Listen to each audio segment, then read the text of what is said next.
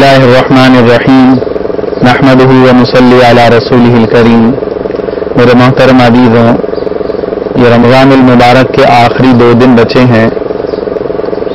ان 2 دنوں کو ہم جتنا قیمتی بنا سکتے ہیں بنا لیں، کیونکہ اللہ کے نبی صلی اللہ علیہ وسلم کے فرمان سے پتہ چلتا ہے کہ رمضان المبارک کے یہ جو آخری ایام ہیں یہ مغفرت والے ایام ہیں، اللہ کی رحمت کی بارشیں برسانے والے ایام ہیں، دعاؤں کی قبولیت والے ایام ہیں، اور جنت میں لے جانے والے ایام ہیں، اور جہنم سے بچانے والے ایام ہیں۔ جو ان ایام کو قیمتی بنا لے گا وہ اللہ کا دوست بن جائے گا، اور جو ان ایام کو اللہ کی نافرمانی میں گزار دے گا اس نے گویا کہ اپنے لیے جہنم کو خرید لیا۔ تو میرے عزیزوں، جتنا ہم ان ایام کو قیمتی بنا سکتے ہیں قیمتی بنا لیں، کیونکہ دنیا کی زندگی کا ایک ایک لمحہ ہماری آخرت کی کروڑوں اربوں سال کی زندگی کو بنا رہا ہے یا پھر بگاڑ رہا ہے۔ یہ ہم سب کو معلوم ہے۔ یا تو ہم عیاشی کرتے کرتے دنیا سے چلے جائیں، یا پھر ہم اللہ کی محبت میں یا اللہ کے خوف میں جو ہے قربانی دے دیں اور اللہ کی رضا والی زندگی گزارتے ہوئے چلے جائیں۔ قرآن مجید میں اللہ تعالیٰ نے ارشاد فرمایا کہ ہماری زندگی کا مقصد کیا ہے، تو اللہ نے فرمایا کہ الذی خلق الموت والحیات لیبلوکم ایکم احسن عملا۔ میرے بندوں، میں نے دنیا میں جو ہے تمہیں کھیل کود اور عیاشی کے لیے نہیں بھیجا، بلکہ جو زندگی اور موت کو پیدا کیا ہے اس کا مقصد کیا ہے کہ تم اچھے اعمال کر کے میرے پاس لوٹو۔ تو ہم جو ہے اس دنیا میں عیاشی کے لیے نہیں آئے، بلکہ اللہ کی چاہت پر زندگی کو گزارنے کے لیے آئے ہیں۔ تو میرے عزیزوں، وقت جو ہے برف کی طرح ہے، جیسے برف جو ہے ایک من جو ہے جمی ہوئی ہوگی مگر چند گھنٹوں میں وہ پگھل جائے گی۔ ہماری زندگی کا وقت بھی ایسا ہی ہے۔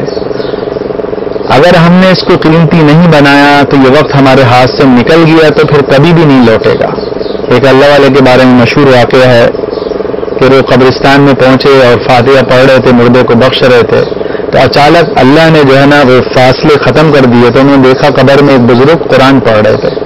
تو انہوں نے فرمایا اتنے سال میں جو ہو گئے مرے ہوئے، تم اتنے سال قرآن پڑھنے کا ثواب لے لو اور تم نے مجھے جو فاتحہ پڑھی ہے اس فاتحہ کا اجر دے دو، کیونکہ میرا عزیز مرنے کے بعد اعمال کا سلسلہ ختم ہو جاتا ہے۔ جو ہم آج یہاں کر سکتے ہیں کر لیں۔ حسن بصری رحمۃ اللہ علیہ فرماتے ہیں کہ اے لوگوں، یہ دنیا میں جو تمہارے پاس چند سانسیں ہیں جو اللہ نے تمہیں دی ہیں، تم ان سانس میں آخرت کو بنا لو یا پھر جو ہے آخرت کو بگاڑ لو۔ ان سانسوں میں جہنم کو خرید لو یا پھر جنت کو خرید لو۔ اور پھر رو رو کے فرمانے لگے اور قرآن کی آیت پڑھی، انما نعد لهم عدا، اور ہم تو ان کی گنتی پوری کرتے ہیں۔ امام غزالی رحمۃ اللہ علیہ احیاء العلوم میں لکھتے ہیں اس آیت کی تفسیر میں کہ اس آیت مبارکہ میں گنتی سے مراد جو ہے سانس ہے۔ ایک سانس بھی جس کی ختم ہو گئی سمجھ لو موت کا فرشتہ آ گیا۔ آج ہم سمجھتے ہیں کہ بھائی بڑھاپا آئے گا پھر موت آئے گی۔ کتنے ایسے نوجوان ہیں، 2 واقعات میرے سامنے ہیں۔ ایک نوجوان کی رات کو شادی تھی اور شادی والی رات کار کا دھماکے دار ایکسیڈنٹ ہوا اور اس کا انتقال ہو گیا۔ اور ایک نوجوان کی شادی تھی، شادی سے 4 دن پہلے پکنک میں گیا اور سمندر میں ڈوب کے مر گیا۔ تو میرا عزیز، ہم میں سے کسی کا کچھ پتہ نہیں کہ کب موت آ جائے۔ اگلے سال ہمیں یہ رمضان نصیب بھی ہو کہ نہیں نصیب ہو۔ ایک اللہ والے فرماتے ہیں یہ سانس کی مالا بس اب ٹوٹنے والی ہے، غفلت سے مگر تم دل کو بیدار کیوں نہیں کر لیتے۔ تو میرے عزیزوں، ایک وقت آئے گا، چاہے نیک ہو یا گناہگار ہو، بادشاہ ہو، فقیر ہو، امیر ہو، ہم سب کی سانسیں رک جائیں گی۔ ہم سب کو چاہیے کہ ہم غفلت کی زندگی سے نکلیں۔ جیسے جنید جمشید گناہوں بھری زندگی میں ڈوبا ہوا تھا، اللہ نے اس کو جو ہے اللہ نے اپنی محبت اس کے دل میں ڈالی اور اس نے اللہ کی محبت میں گناہوں کو چھوڑا، غفلت بھری زندگی سے نکلا اور اللہ کے راستے میں نکلتے ہوئے اس کی موت آئی۔ تو میرے عزیز میں جو غفلت کی زندگی سے نکل گیا وہ کامیاب ہے، اور جو غفلت کی زندگی میں چلتا ہوا دنیا سے چلا گیا وہ ناکام ہے، چاہے وہ دنیا کا سب سے بڑا مالدار کیوں نہ ہو۔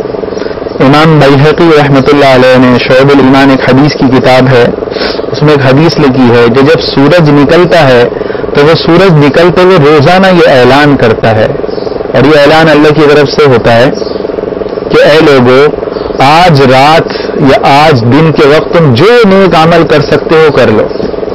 یہ حدیث کا مفہوم عرض کر رہا ہوں، آج کے بعد میں دوبارہ نہیں لوٹوں گا۔ کیا مطلب؟ اے لوگوں، آج کا دن جو تمہارا چلا گیا وہ دوبارہ کبھی واپس نہیں آئے گا۔ اسی لیے ایک اور حدیث میں آتا ہے کہ جو شخص جنت میں جائے گا تو جنت میں جانے کے بعد اس کو کسی بھی چیز کا افسوس نہیں ہوگا، مگر اس گھڑی کا افسوس ہوگا جو اس نے اللہ کی یاد کے بغیر، قرآن کی تلاوت کے بغیر، اللہ کے ذکر کے بغیر گزار دی، یا پھر قرآن پڑھے بغیر گزار دی، نوافل پڑھے بغیر گزار دی، اس چیز کا افسوس ہوگا۔ کل ہم ان افسوس زدہ لوگوں میں نہ شامل ہو جائیں۔ ہمارے کتنے ایسے اللہ والے گزرے ہیں جو رمضان المبارک میں روزانہ 10 پارے پڑھتے، بعض 20 پارے پڑھتے، اور بعض روزانہ ایک قرآن ختم کرتے۔ مولانا الیاس رحمۃ اللہ علیہ کی جو والدہ مبارک ہیں، ان کے بارے میں کتب میں لکھا ہے کہ رمضان المبارک میں جو ہے 40 قرآن مجید ختم کیا کرتے۔ تو میرا عزیز، ہم بھی اب جو 2 دن بچے ہیں اس کو جتنا قیمتی بنا سکتے ہیں بنا لیں۔ جامع الصغیر جو ایک حدیث کی کتاب ہے، اس میں ایک حدیث لکھی ہے کہ آخرت کے امور کے لیے فکر مند ہونا اور آخرت کی فکر کرنا کہ اللہ میں عذاب قبر سے بچ جاؤں، میں قیامت کے دن کی سختی سے بچ جاؤں، اور میں جو ہوں حساب کتاب کی سختی سے بچ جاؤں۔ اللہ کے نبی صلی اللہ علیہ وسلم نے فرمایا اس کا مفہوم ہے یہ فکر کرنا جو ہے 60 سال کی عبادت سے افضل ہے۔ آج ہم سب اپنے گریبانوں میں جھانکے ہم میں سے کون کون اس فکر میں لگا ہوا ہے کہ ہم اپنے گریبانوں میں جھانکے ہم نے یہ جو رمضان مبارک کے 28 دن گزارے یہ ہم نے آخرت کی تیاریوں میں گزارے یا گناہوں میں گزارے؟ اب ہم یہ جو اعتکاف کرنے والے ہیں وہ یہ سوچیں انہوں نے جو 8 دن باتیں کرنے میں گزارے، رات کو وہ باتیں کرتے رہے یا موبائل لے کے بیٹھ گئے، یہ حقیقت میں انہوں نے اعتکاف کا حق ادا کیا؟ یہ جو لوگ اعتکاف نہیں کر رہے وہ یہ سوچیں انہوں نے 28 دن کس طرح گزارے؟ کیا انہوں نے رات کو موبائل ہاتھ میں لے لیا یا ٹی وی کے جو ہے ڈرامے کھول کے بیٹھ گئے یا ٹی وی میں جو پروگرام آ رہے ہیں ان کو لے کے بیٹھ گئے؟ تو میرا عزیز ہم سب کے سب اپنے گریبان میں جھانکیں۔ المستدرک للحاکم جو حدیث کی کتاب ہے تو اس کی جلد نمبر 5 میں ایک حدیث لکھی ہے کہ اللہ کے نبی صلی اللہ علیہ وسلم نے فرمایا کہ اے لوگوں، 5 چیزوں کو 5 سے پہلے غنیمت جانو، کہ جوانی کو بڑھاپے سے غنیمت جانو۔ جوانی مل گئی تو جوانی میں عبادت کر لیں، بڑھاپے میں عبادت کا وقت ملے گا۔ پھر دوسری نمبر فرمایا کہ صحت کو جو ہے بیماری سے غنیمت جانو، بیماری آ گئی تو بستر میں پڑ گئے، عبادت سے آدمی دور ہو گیا۔ تیسرے نمبر پہ اللہ کے نبی صلی اللہ علیہ وسلم نے فرمایا کہ مال کو جو ہے فقر سے جو ہے غنیمت جانو۔ آج مال ہے، اس مال کو ہم دین کے کاموں میں استعمال کر لیں، پھر فقر آ جائے گا تو پھر کیا ہوگا؟ دنیا کمانے میں لگ جائیں گے، پھر ہوگا جی کچھ ہے ہی نہیں ہمارے پاس، ہم تو ہر وقت جو ہے بیوی بچوں کی کمائی کی فکر میں لگے رہتے ہیں، اس لیے عبادت نہیں کر سکتے۔ پھر آگے اللہ کے نبی صلی اللہ علیہ وسلم نے ارشاد فرمایا کہ فرصت کے لمحات کو جو ہے مشغولیت سے غنیمت جانو۔ کتنے لوگ ہیں آج رمضان میں مشغول ایسے ہوئے ہیں کہ 4 بجے دکان بند ہو رہی ہے، تو جن لوگوں کو اللہ نے آخر میں فارغ کیا ہوا ہے تو وہ اپنے آپ کو عبادت میں لگائیں۔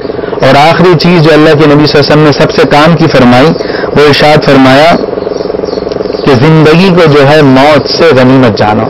تو میرا عزیزو آج ہم زندہ ہیں، موت آ گئی تو سارا چیپٹر ہمارا کلوز ہو جائے گا۔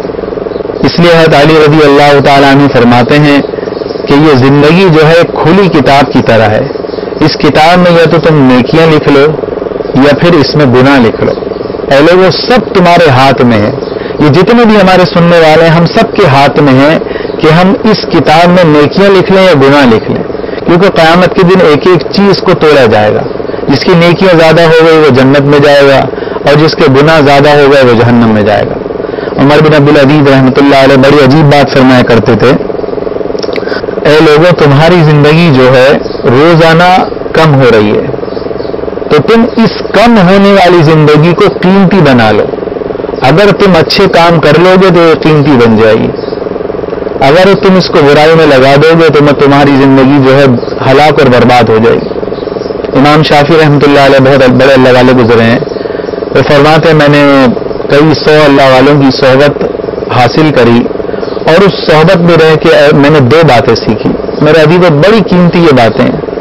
فرمایا کہ سب سے نمبر 1 بات یہ کہ وقت جو ہے وہ تلوار کی طرح ہے۔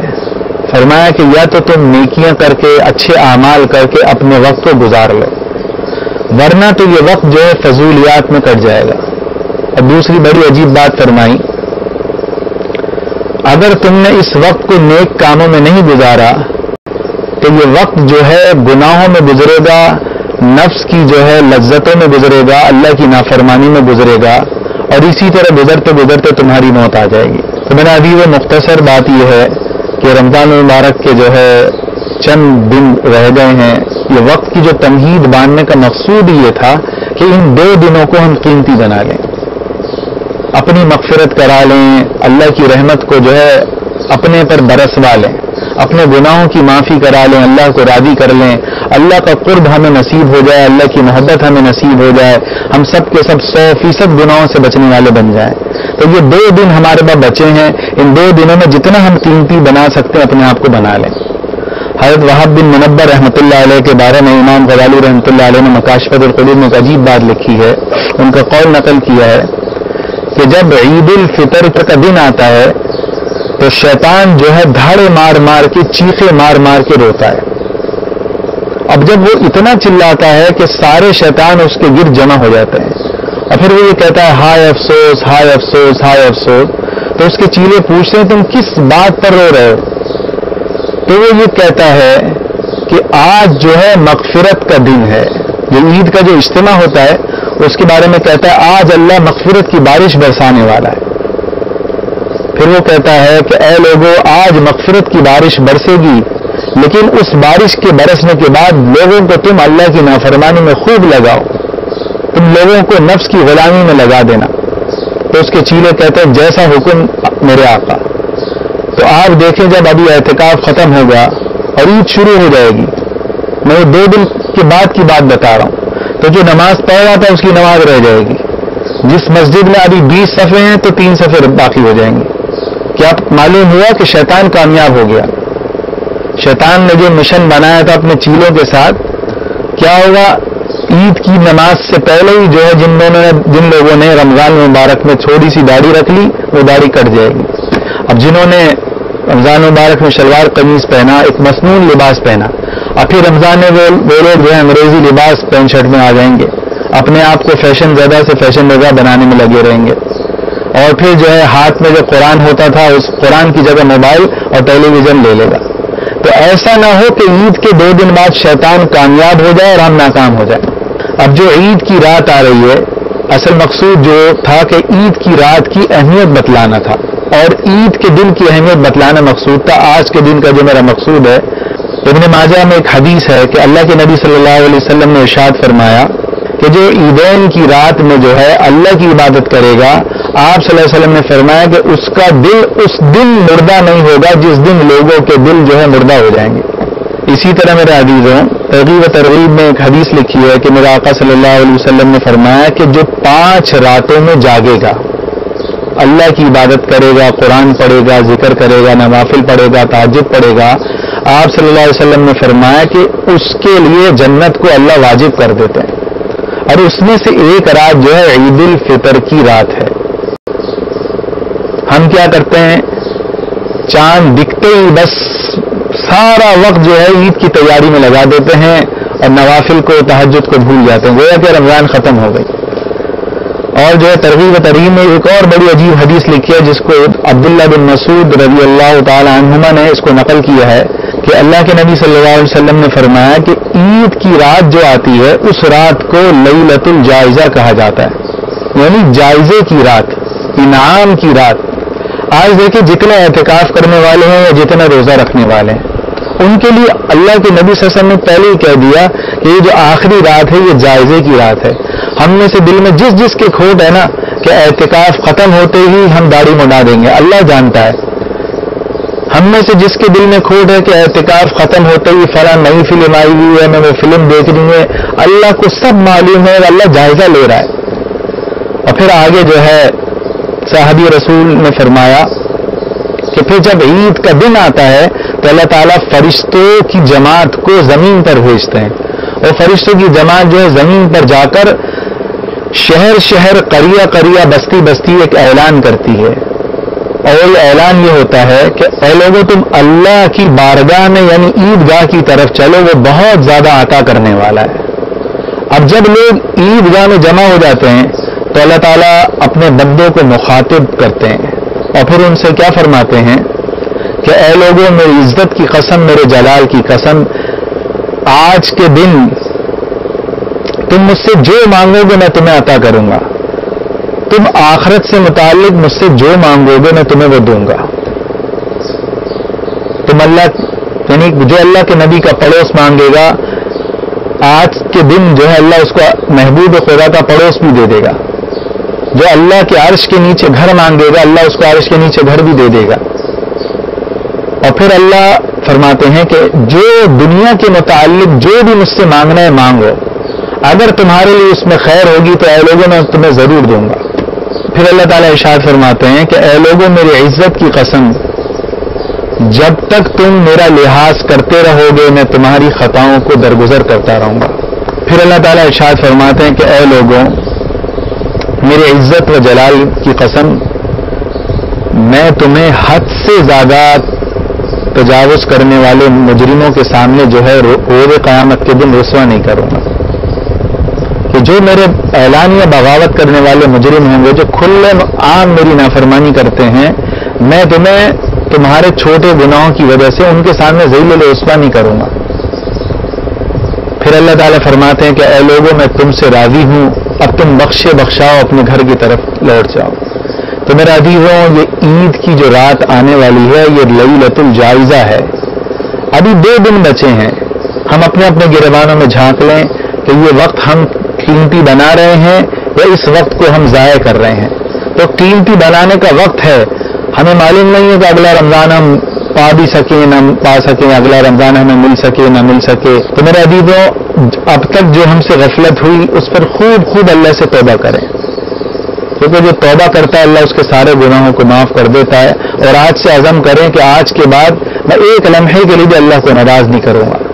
اور میرے عزیزوں، بہت قیمتی باتیں ہیں، زیادہ سے زیادہ لوگوں تک یہ پہنچائیں۔ جتنے زیادہ لوگ اس بات کو سن کر جو ہے گناہوں سے بچیں گے، اپنے اوقات کو قیمتی بنائیں گے، تو انشاءاللہ آپ کا مکمل صدقہ جاری لکھا جائے گا۔ وآخر دعوانا الحمدللہ رب العالمین۔